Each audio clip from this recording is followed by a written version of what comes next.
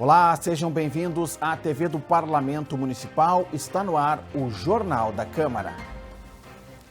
O presidente do Legislativo participa da abertura oficial da Festpoa Rural. Em mais uma rodada de depoimentos, CPI da CE Equatorial houve defesa civil e DEMAI. E ainda, instalada a frente parlamentar em defesa da tarifa zero. Estas e outras informações você confere a partir de agora, aqui no Jornal da Câmara.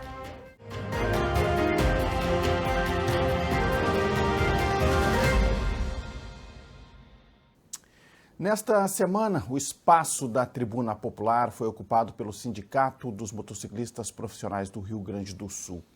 A entidade chamou a atenção para o número de acidentes envolvendo a categoria e pediu respeito aos trabalhadores. Para ampliarmos este assunto, o nosso convidado no Jornal da Câmara de hoje é o presidente do Sindimoto, Walter Ferreira. Walter, seja muito bem-vindo aqui ao Jornal da Câmara. Muito obrigado pela presença, tudo bem? Graças a Deus, tudo bem. Eu que agradeço a oportunidade. Para começar, Walter, o senhor chamou a atenção ali na tribuna, especialmente sobre os acidentes envolvendo os motociclistas na capital. Pelo menos 30% envolvem a categoria. Que fatores o senhor atribui para esse alto índice aí? A incompetência da administração pública de gerir o trânsito de forma que realmente a gente possa dar sobrevida a esses profissionais. Por exemplo, hoje, eu estou falando contigo aqui, antes de vir para cá, sobre de óbito de mais 2 motociclistas se envolvendo em acidentes. Infelizmente, isso começa com a má formação que a gente já fez proposta para que seja alterado. O que ocorre? Ele é treinado num circuito fechado, onde ele não tem contato com a chuva, com pedestre, com carros, enfim, todas as adversidades do tempo da via e dos demais transeuntes da via. Ele se habilita ali. Quando ele vem para a rua, ele encontra essas barreiras todas. Ele não foi treinado para parar o veículo, frenar o veículo no momento que seja oportuno e de que forma. Ele vem com esse despreparo para a rua. Na necessidade de trabalhar do jeito que está hoje, sem regras, porteira aberta, ele vai, sem despreparo, fazer o trabalho de entrega. Aí ocorre um outro fator. O prestador de serviço, ou a empresa, como queira, o restaurante, a farmácia, tudo, ao vender o seu produto para o Walter, ele chega para o motociclista e diz assim: tu tem 10 minutos para chegar na casa do Walter. Mas aquele tempo é exíguo, é impossível. Mas ele diz isso, a pressão. Aí ele sai, fazendo, descumprindo as regras de trânsito, não porque ele quer, é uma pressão. Pressionado ali, pelo... Aí ele está fadado a todas essas situações que nós convivemos, infelizmente. O Sindimoto existe há 23 anos. Há 23 anos eu não consigo mudar esse discurso. Todas as vezes que eu uso a tribuna, todas as vezes que eu estou em Brasília, todas as participações que nós fazemos, seja ela em qualquer situação, eu não tenho como mudar esse discurso. E o que é interessante é que a gente vê que a administração pública, seja ela estadual ou municipal, que agora a municipal está mudando, o setor de educação de trânsito da IPTC, estamos realizando reuniões. Estamos criando um grupo de trabalho envolvendo todos os atores nessa questão, para ver se nós consigamos fazer com os motociclistas que eles entendam que a saúde é boa, perfeito, mas não existe essa pecha que nada vai acontecer comigo, porque vai acontecer. Por que vai acontecer? A partir do momento que tu não segue aquelas regras. É melhor dispensar uma entrega que aquela empresa queira que você faça em 10 minutos do que em 2 minutos tu perder a vida. É uma bobeada no trânsito e... Não, já foi, como nós perdemos mais 2 hoje. O agravante de tudo isso é que nós temos 30% dos trabalhadores que não têm CNH. E o mais agravante ainda é que esses 30% através de aplicativo estão trabalhando como mototaxista e levando outra pessoa da carona. Então nós podemos ter 2 vidas perdidas. E as pessoas não estão sabendo disso, que para ela, quando ela chama o serviço, ela entende que aquele profissional está capacitado e não, às vezes não está. Mas nós não queremos o mal desses trabalhadores. Nós estamos buscando junto ao Detran, Viemos aqui na Câmara de Vereadores, estamos na IPTC através do diretor Carlos Pires, do setor de educação de trânsito, também com o diretor-presidente. Nós queremos a CNH social para esses trabalhadores. O Estado, ele é opressor. Ele quer te autuar, ele quer te cobrar. Beleza. Mas ele também tem que possibilitar o acesso desses trabalhadores e nós estamos pedindo para... Nós não queremos o desemprego desses trabalhadores. Nós queremos eles trabalhando. Como funcionaria e em que pé está, presidente, essa questão da CNH social, né? O que seria esse documento em termos de diferencial para a categoria? Diferencial que ele passaria a cumprir a regra, a lei, que é a autorização que o Estado lhe dá para o cidadão poder conduzir um veículo. E hoje ele não tem essa autorização, ele está infringindo a lei. E o projeto já está pronto, só falta o governador sancionar. Então, governador, olha, o senhor é de Pelotas, eu estive lá, o senhor regularizou os mototaxistas lá, conviveu com eles lá, sabe? Eles também precisam lá. Então, olhe para essa categoria, não só para nós, existem outras categorias também que precisam da CNH social. Então, não só a nossa categoria, não estou aqui sendo prepotente a tal ponto de querer tudo para a nossa categoria. Não é isso que eu estou dizendo. Eu estou dizendo que nós temos que olhar para essas pessoas que necessitam dessa autorização do Estado, que é a CNH social, ou seja, a CNH social ele não vai ter custo nenhum para fazê-lo. A CNH social ele passa por uma formação diferenciada? Não, é tudo a mesma coisa. A diferença é que hoje, né, o custo de uma CNH, das duas, né, aproximadamente se gastaria aí alguma coisa em torno de R$4.000. Ele não teria esse custo. Ele receberia ela passando pelos mesmos trâmites que quem estaria pagando. Apesar de eu ser contra, de ser treinado num circuito fechado, que eu não chamo que ali ele não está sendo habilitado, ele é adestrado. Ele é adestrado para fazer aquilo ali, chegar no dia do exame, ser aprovado, fica feliz da vida porque foi aprovado, mas pode trazer infelicidade depois para a família, para a esposa, para os filhos. Outra realidade. É outra realidade. Então, não há diferença nenhuma. A única diferença é que ele teria acesso a esse documento, ele teria acesso a esse direito de trabalhar de forma habilitada, porém não teria esse custo. Essa é a razão da CNH social. Muito bem. Isso, evidentemente, né, traria para o condutor uma documentação, uma oficialização de que ele pode fazer esse trabalho que ele faz hoje, muitas vezes, sem essa documentação, né, só com a habilitação normal. Né? Isso. Apesar de que não é o melhor ensino, como eu digo, mas ele estaria melhor preparado com conhecimento na legislação, na forma de condução, apesar de que precário, mas ele poderia estar usando melhor de que forma frenar o veículo, de que forma cuidar da manutenção do veículo, porque hoje ele pega uma motocicleta, ele sai, mas ele não tem conhecimento nenhum. Fazer uma analogia aqui um pouco esdrúxula, seria o mesmo que pegar qualquer pessoa, colocar no teu lugar para ser jornalista, sem ter estudado, sem ter sido preparado, sem ter feito, né, todas as horas que a gente tem que fazer quando se faz uma faculdade para se preparar para aquilo. Então, o que nós estamos dizendo é isso.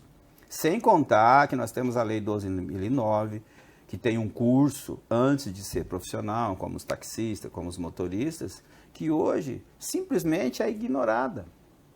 Aí, eu tenho a impressão que para o governo, para a administração pública, até para algumas instituições aí que dizem ser defensora da vida, que a vida é importante, eu não vejo ninguém fazer de forma fática alguma coisa que realmente condiz com o discurso dessas pessoas, sabe? E nós estamos sofrendo, assim, um derrame de autuações, mas um derrame de autuações, às vezes até por nada.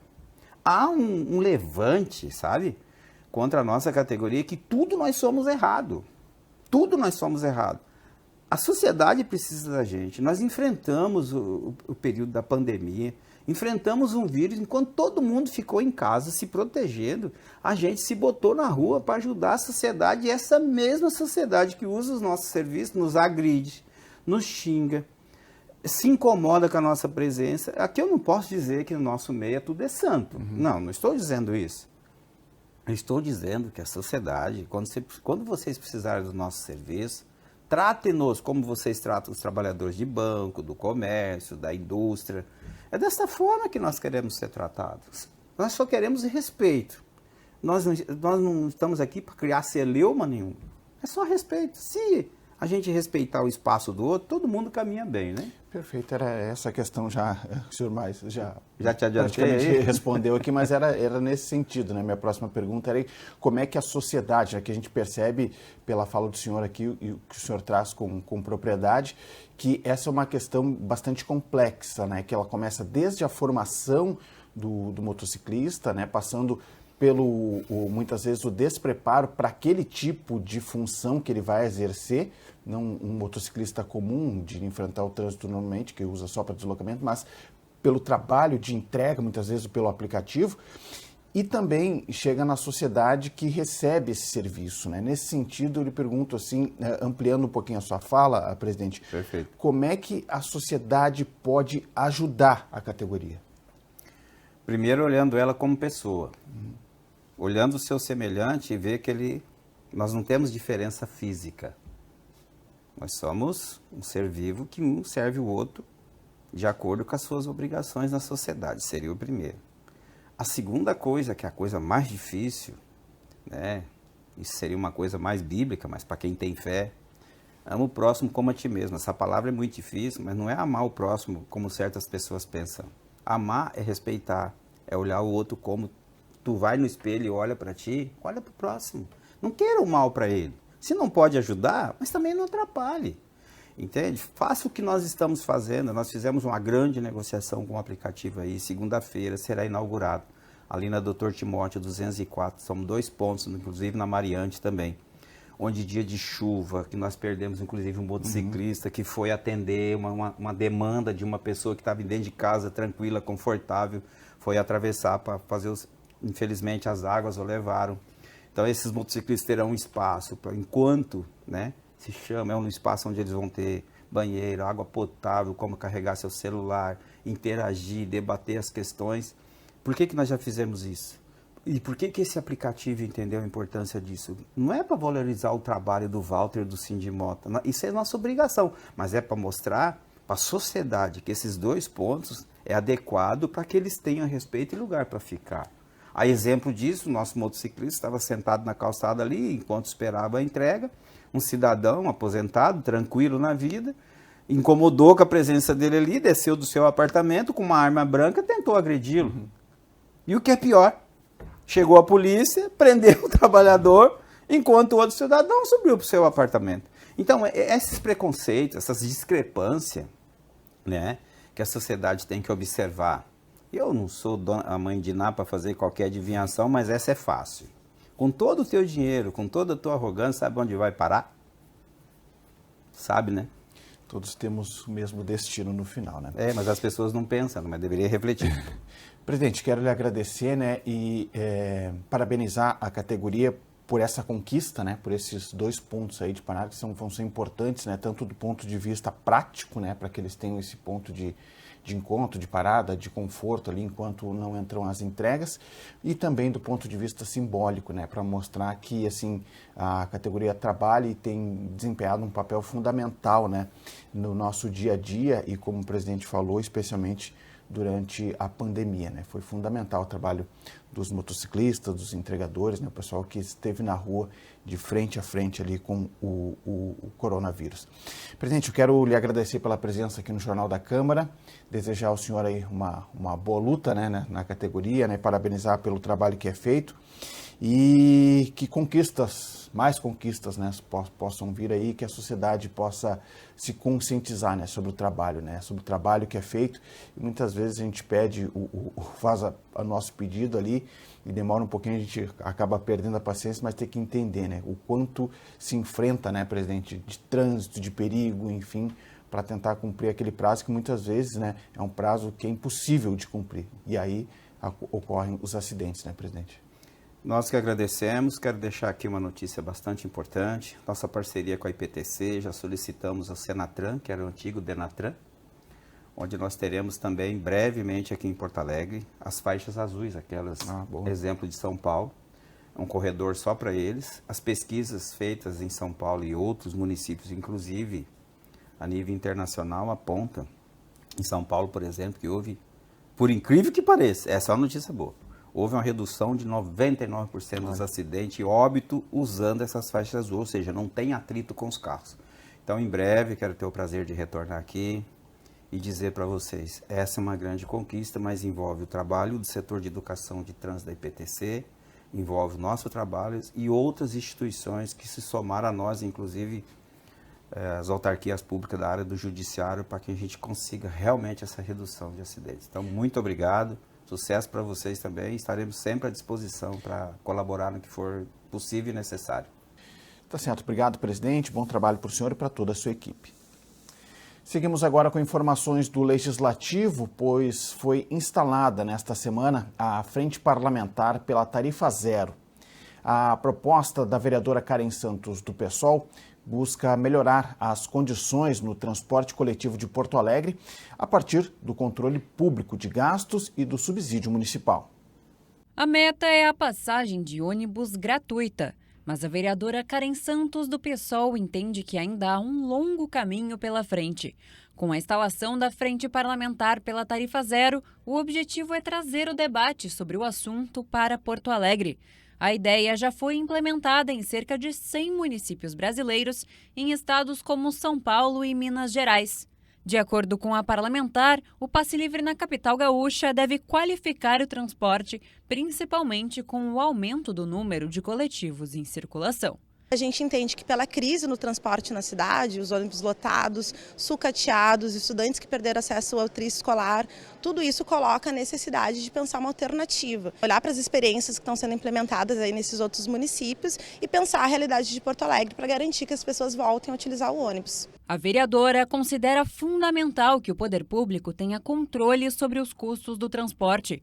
Gastos com combustível, manutenção e pessoal devem ser conhecidos pelos gestores, além dos lucros da bilhetagem. Porto Alegre já subsidia, esse ano está previsto 134 milhões de recursos públicos para as empresas de ônibus, só que nós temos um contrato que desde 2015 tem regramentos com metas de qualidade que são sucessivamente desrespeitados pelas empresas. As multas não são cobradas, boa parte delas estão judicializadas e quem acaba pagando por tudo isso na roleta é o consumidor. Paik Santarém, brasiliense que participa do movimento Passe Livre, enxerga a gratuidade da passagem como uma necessidade de Porto Alegre.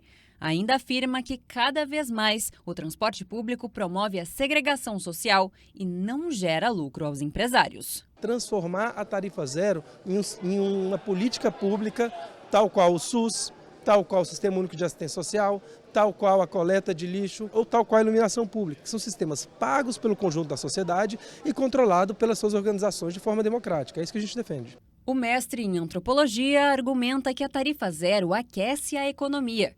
O dinheiro que seria destinado à passagem pode ser aplicado em outras necessidades.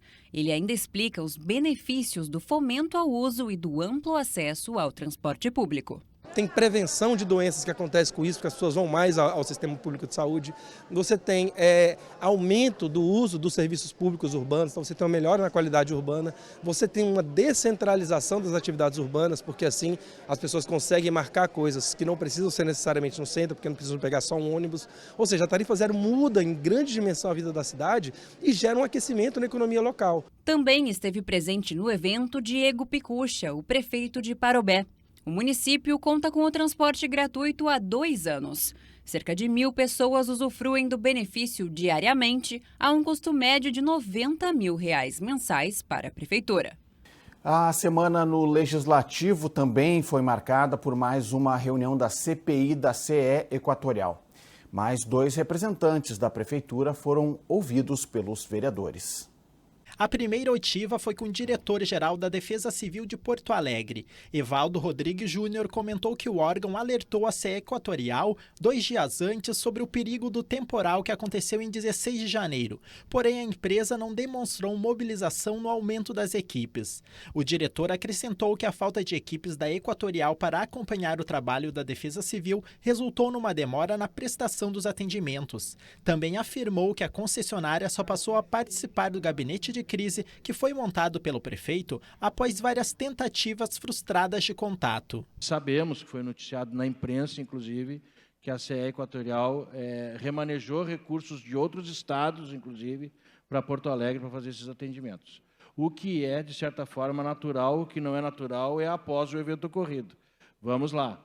Eu tenho um exemplo do Corpo de Bombeiros Militar, um órgão estadual que, diante de alertas e diante das inúmeras operações que tem, em janeiro eles estavam empregando guarda-vidas nas guaritas do litoral, eles remanejaram equipes do interior do estado para Porto Alegre, antecipadamente. Então, foi um bom exemplo que nós vivenciamos, foi o do Corpo de Bombeiros Militar. A CE Equatorial não tomou a mesma providência. O outro convidado a depor foi o diretor-geral do Departamento Municipal de Água e Esgoto, DEMAI. Maurício Loz afirmou que a falta de energia parou as bombas de 5 das 6 estações de tratamento de água da capital. Ele frisou que o DEMAI teve um prejuízo de quase R$ 76 mil por hora devido ao desabastecimento. Sobre a necessidade de comprar geradores próprios para as estações, o diretor afirmou que o custo seria muito elevado e que teria que ser cobrado na tarifa de água. Se a gente falar para 6 estações de tratamento de água do DEMAI, para as 87 estações de bombeamento de água, 23 estações de bombeamento de águas pluviais, 33 estações de bombeamento de esgoto, a gente vai estar falando de uma imensidão aqui, de um valor que o DEMAI não suportaria e nem a população de Porto Alegre suportaria pagar isso na tarifa. Na última quarta-feira, o presidente da Câmara Municipal, o vereador Mauro Pinheiro, do PL, acompanhou o Tá na Mesa, reunião almoço com líderes empresariais promovido pela Federação. Como ocorre tradicionalmente, o convidado da primeira edição do ano foi o governador do estado. O primeiro Tá na Mesa de 2024 aconteceu no Salão Nobre do Palácio do Comércio. O encontro reuniu líderes empresariais e políticos de todo o estado, entre eles o presidente da Câmara Municipal de Porto Alegre, vereador Mauro Pinheiro, do PL. O convidado especial desta edição foi o governador Eduardo Leite. O chefe do Executivo Gaúcho falou sobre os desafios econômicos dos seus 2 mandatos, como o aumento da arrecadação, o regime de recuperação fiscal que vem permitindo que o Estado consiga pagar a dívida com a União, precatórios e a necessidade de privatizar determinadas estruturas públicas. Leite também anunciou a manutenção de benefícios fiscais para 63 setores produtivos, os quais não precisam contribuir para o Fundo de Reforma do Estado. Para o presidente do Legislativo Municipal, é importante ouvir o governador porque as ações do Estado têm impacto direto na população de Porto Alegre. Claro que tudo isso vai impactando na cidade de Porto Alegre, então nós viemos para poder ouvir as manifestações dos empresários da federação, para que a gente possa, nós não somos os responsáveis pelas votações da Assembleia, mas certamente a Câmara de Vereadores tem que fazer a sua parte defendendo os porto-alegrenses e os gaúchos, discutindo com a própria população e com os próprios deputados para que a gente possa buscar uma solução de melhoria, inclusive dos repasses para o município, para que a gente possa pagar nossas despesas e continuar buscando melhores condições de vida para a população de Porto Alegre. O vereador Mauro Pinheiro também participou nesta semana de evento voltado ao empreendedorismo. O primeiro compromisso do dia nesta quinta-feira foi na Associação Comercial de Porto Alegre. O presidente da Câmara, vereador Mauro Pinheiro, do PL, participou do Bom Dia Associado, evento que abriu esta série de encontros em 2024. A atividade reuniu empreendedores locais em um café da manhã, seguido de palestra voltada ao segmento. Antes de ser vereador, sou um empreendedor, sou um comerciante que vem do ramo de supermercados. Então me sinto muito à vontade, me sinto em casa, me tornei político para defender as causas, principalmente do comércio, além, claro, de todos os problemas da cidade. E é importante a gente sempre estar junto dos empreendedores aqui na Associação Comercial para que a gente possa também escutar esses problemas que eles têm e as necessidades para que a gente possa fazer a relação com a nossa Câmara de Vereadores para que a gente possa trabalhar para uma cidade mais justa também, mas que também pense sempre nesse empreendedor. No fim da manhã de quinta-feira, o presidente participou do lançamento e posse da diretoria da Federação das Associações Gaúchas do Varejo. O evento aconteceu na Associação Leopoldina Juvenil. A iniciativa foi chancelada pela CDL Poa, em parceria com uma rede composta por mais de 160 entidades setoriais do Estado. O presidente do Legislativo participou ainda nesta sexta-feira da abertura oficial do Festipoa Rural. O repórter Gilberto Caetano acompanhou e tem mais informações. A abertura oficial do primeiro Festipoa Rural aconteceu nesta sexta-feira aqui no Centro de Eventos Hervino Besson, no bairro Vila Nova. O local recebe até domingo, entre as 10 horas da manhã e as 10 horas da noite, a Feira da Produção Rural. São mais de 30 expositores com produtos orgânicos e convencionais da agricultura familiar, como frutas, legumes, verduras, pães, cervejas, entre outros itens. Além disso, o espaço conta com bancas de artesanato e cultura indígena e mostra de equipamentos e insumos agropecuários. Pelo palco passarão diversos artistas regionais, como a cantora Xana Miller e o humorista Guri de Uruguaiana. Diversas autoridades acompanharam a solenidade de abertura, entre elas o presidente da Câmara Municipal, vereador Mauro Pinheiro, do PL. Porto Alegre está incentivando os caminhos rurais para que as pessoas de Porto Alegre possam conhecer tudo o que acontece aqui no extremo sul de Porto Alegre, que é a nossa zona rural. Nós temos grandes produtores que eu digo, mas pequenos produtores. Eles são grandes porque produzem coisas orgânicas, produzem queijo, produzem vários produtos aqui dentro da capital Porto Alegre. Mas eles são pequenos, a grande maioria pequenos agricultores, agricultura familiar, e que merece todo o nosso respeito, e aqueles que ainda não conhecem o extremo sul de Porto Alegre venham conhecer, porque também aqui o nosso turismo rural é muito bonito, nós temos nossos rios, matas. Nós somos uma cidade só e é isso que a gente quer levar para o morador da zona urbana de Porto Alegre. Tem todo um rol de atividades que é possível fazer a partir do turismo rural de base comunitária, que é o que a gente pratica aqui. Então você pode ir, né, o moradora pode ir numa propriedade rural e vai ser sempre atendido pela família, vai ser super acolhido em toda a propriedade e também, né, e principalmente a nossa produção primária. Nós temos uma rica produção primária, variada. Tivemos a retomada da linha turismo rural. Durante a semana também atividade do Sindicato Rural, debate sobre turismo, sobre o escoamento da nossa produção da zona rural, e agora aqui a nossa feira da produção rural com diversas atrações culturais, né? Começando hoje com Tim Maia, tributo a Tim Maia com Tonho Croco, né? Às 20 horas.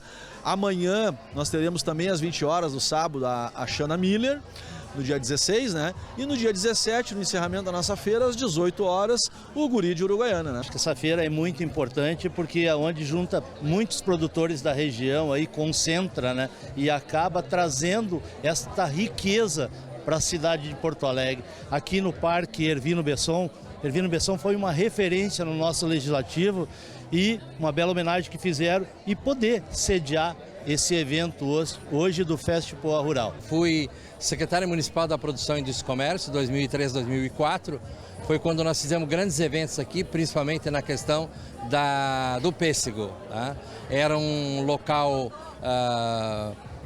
aberto, não tinha algumas estruturas que hoje tem, felizmente, aqui. Voltar 20 anos depois, entende, a Vila Nova e encontrar essa Feira da Agricultura da Zona Sul é muito importante. É uma oportunidade para eles expor, para as pessoas conhecerem também a nossa área rural de Porto Alegre, que muitos não sabem o que a nossa área rural de Porto Alegre produz. E tem muitos que até botam na sua mesa alimento que sai da área rural de Porto Alegre e eles não sabem. As atividades do Festipoa Rural começaram no último sábado com um baile no CTG Lanceiros da Zona Sul.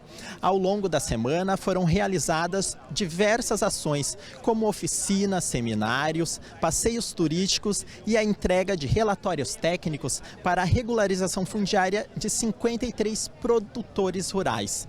O festival é uma parceria entre a Associação Porto Alegre Rural e a Prefeitura da capital, com o apoio de Sindicato Rural, Rama e Emater. O Jornal da Câmara de hoje fica por aqui. Confira mais informações do Legislativo no site da Câmara de Vereadores de Porto Alegre. Acesse também as redes sociais da TV Câmara. Muito obrigado pela sua audiência. Você já sabe, a gente se encontra na próxima edição. Até lá!